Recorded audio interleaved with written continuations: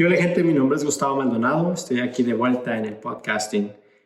Me he tomado una pausa porque he tenido la universidad por encima con muchísima tarea, el trabajo que gracias a Dios sobreabunda, hemos tenido la pandemia, hemos tenido un fuerte frío que jamás había vivido. Y estoy aquí de vuelta retomando esta carta que se nos deja este libro que estamos estudiando, el cual es Hebreos.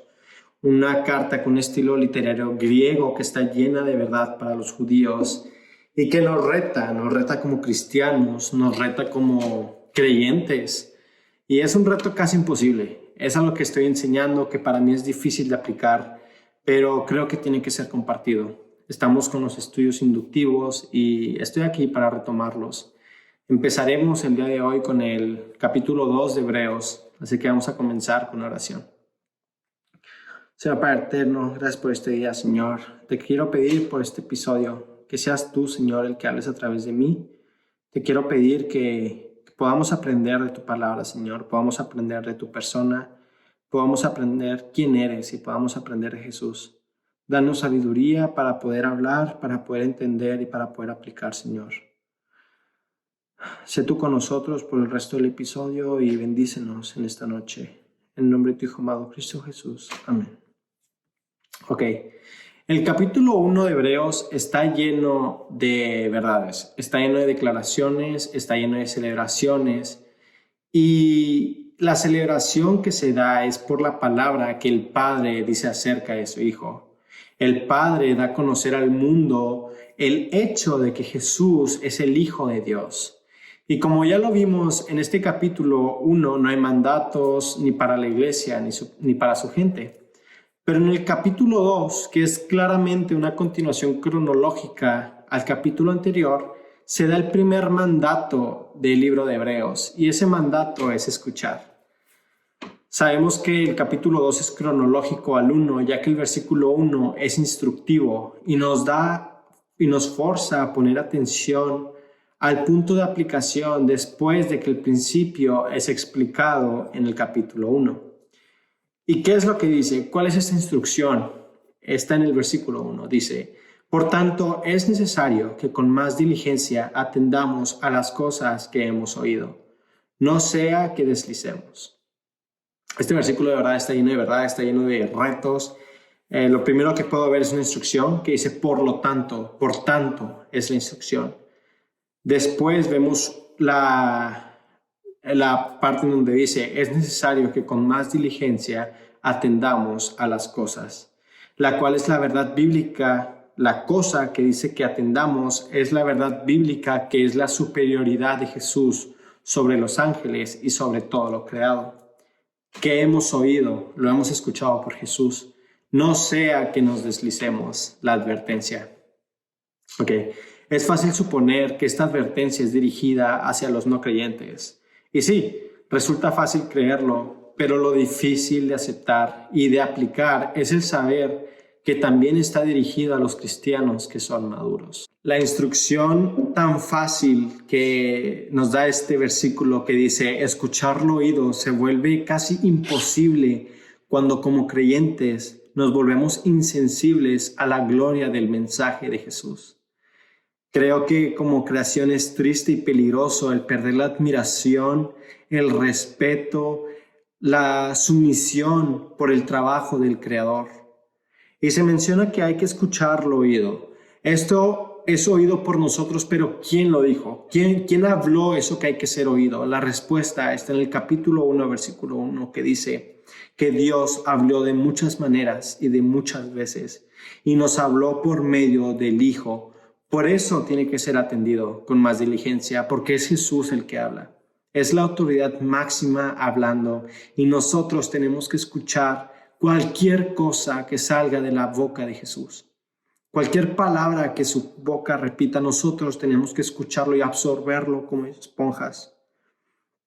Como cristiano maduro o inmaduro, como podcastero nuevo o viejo, con o sin experiencia, como amigo cercano o lejano, muchas veces tiendo a pensar que lo sé todo.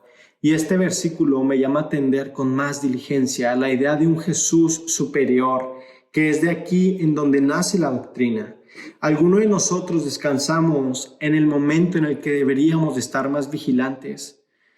Descuidamos las advertencias y los avisos de la palabra de Dios. Nos dejamos arrastrar por las corrientes culturales en las que vivimos.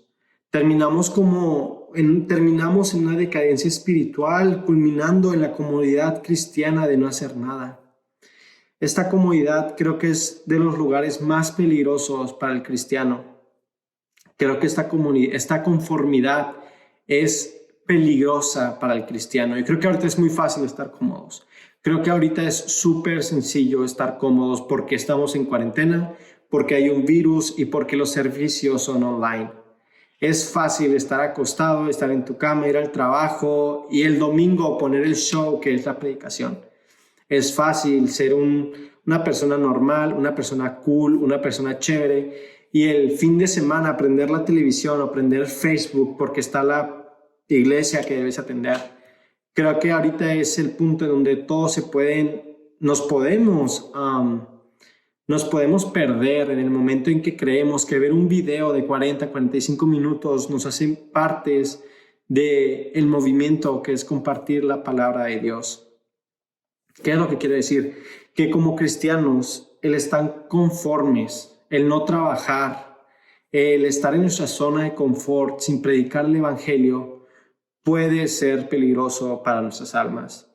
Creo que Satanás puede convencernos de que como cristianos está bien el dejar de trabajar, está bien el dejar de evangelizar, está bien el parar de hablar, el reservar cualquier conocimiento teológico, porque es ahí en donde la magnitud del evangelio es reservado a una sola arma, que es la personal.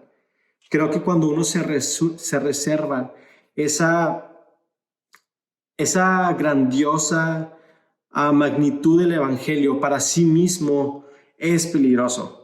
Cuando eres el único en tu familia que dice soy cristiano y mi familia no lo es y no necesito predicarles, no necesito hablarles, estoy bien así, con que yo sea cristiano con eso basta, eso es peligroso porque todos preferiríamos perder un peso a perder 10 pesos y si esa alma se reserva la esperanza de vida para sí misma, será un triunfo para Satanás, ya que el creyente no podrá extenderse, sino limitarse a su propia vida. Satanás perderá un alma, que es la del creyente, y ganará 9 almas que el individuo, el creyente, no ganó. Satanás perderá un peso, pero ganará 9 pesos cuando nos callamos y nos reservamos el evangelio. La incógnita viene cuando se le cuestiona a ese cristiano si de verdad creyó. Y si fue así, ¿por qué no compartió el mensaje?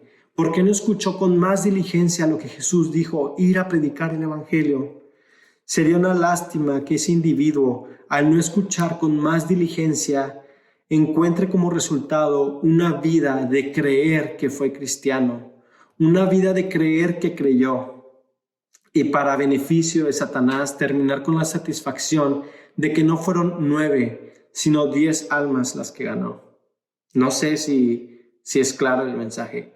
No sé si me estoy dando a entender que cuando nos reservamos ese evangelio para nuestra propia vida, ese conocimiento para nuestra propia vida, es ahí cuando Satanás triunfa, cuando nos quedamos callados, cuando no trabajamos, cuando no hablamos, es ahí en donde Satanás triunfa porque no permite que tu conocimiento, que tu madurez, que tu información teológica la des a conocer, que el evangelio lo des a conocer. Es ahí cuando otras almas se pierden.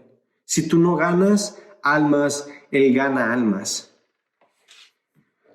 Al señalar con más diligencia, el escritor nos llama a no solo escuchar, sino también a hacer lo que hemos escuchado, porque si no es así, se nos advierte que nos vamos a deslizar. Y para entender más fácil este concepto de deslizar, creo que tenemos que tener en mente la idea de lo que pasa automáticamente cuando un objeto no está anclado en algo sólido. El objeto tiende a deslizarse. Viendo esto a la luz del evangelio, me doy cuenta de que si no estamos anclados a algo sólido, a esa roca, a ese Jesús, si no estamos anclados a esa superioridad de Jesús, por consecuencia, nos deslizaremos con mucha facilidad a las corrientes del mundo, que es la carne, y la carne es del diablo. Lo que quiero enfatizar en este punto es que como cristiano uno no puede simplemente deslizarse.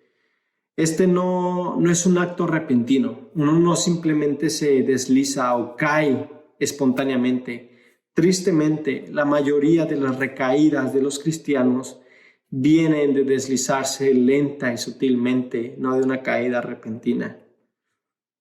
Es peligroso de no darnos cuenta cuando tropezamos y cuando volvemos a tropezar y cuando nos empieza a gustar el caernos, porque es ahí en donde nos deslizamos en picada y es muy difícil volver a levantarse. No es imposible, porque la gracia de Dios y el Evangelio y la esperanza nos dice que podemos volver a levantarnos.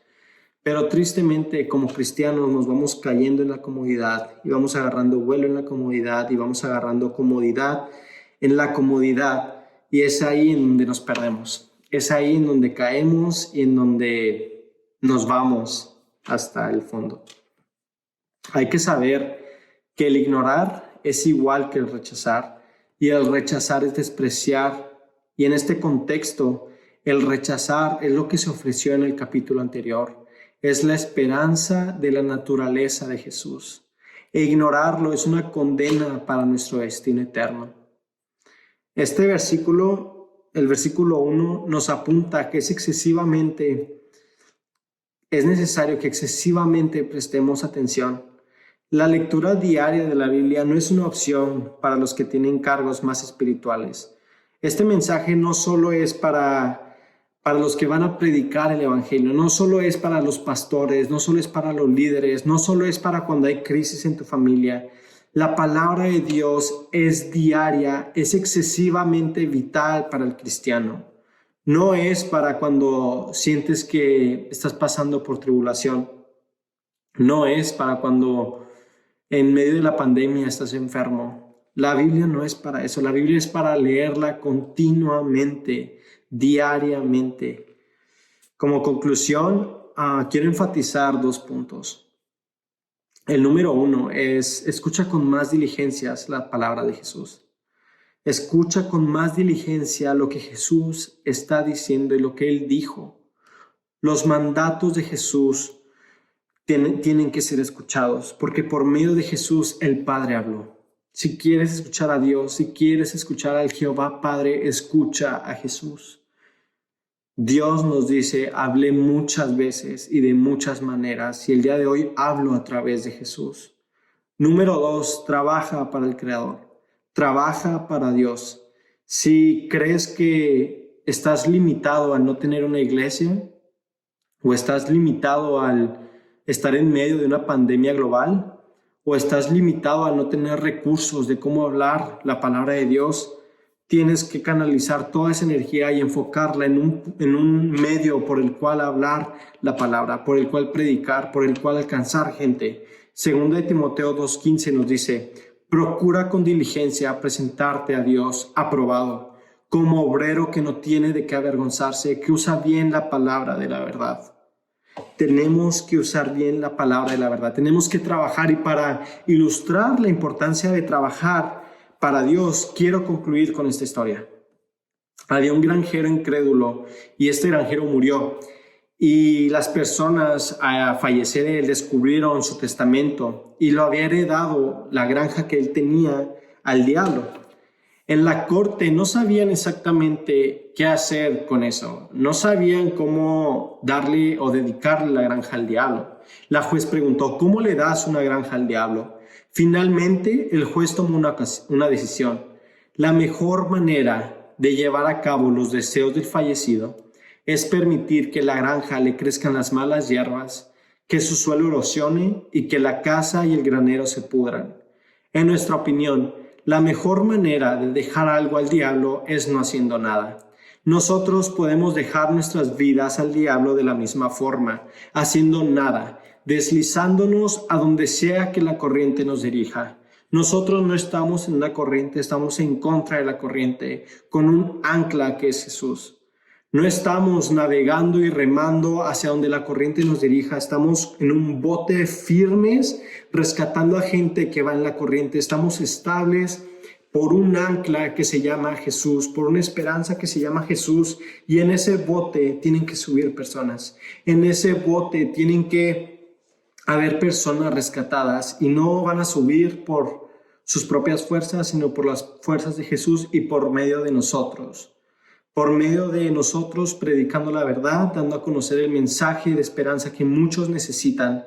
Es por nosotros que la gente puede ser salvada, sirviendo nosotros como herramienta para guiarlos a Jesús. Tenemos que trabajar para Dios, tenemos que trabajar para el Señor, y lo mejor de todo es que Él paga. Nuestro Padre paga cuando nosotros trabajamos para Él. Vamos a orar. Señor, gracias por el mensaje, Padre, gracias porque fue dado. Te quiero pedir, Señor, que cualquier cosa que haya dicho, cualquier cosa que haya salido de mi boca haya sido de bendición. Te quiero pedir que tanta teología no nos nuble el entendimiento, Señor, no nos confunda, no nos distraiga de quién tú eres. Te queremos pedir por una sencillez en lo complicado, porque nos reveles la sencillez del Evangelio, que es simplemente escucharte y seguirte. Te queremos pedir que nos alertes cuando estemos en nuestra zona de confort, cuando nos alertes cuando estemos cómodos en nuestro cristianismo, cuando estemos de calentabanca, Señor. Alértanos, Padre, cuando nos durmamos y dejemos que la corriente nos lleve. Sé tú con nosotros, Padre, y gracias por el día de hoy. En nombre de tu Hijo amado Cristo Jesús oramos. Amén.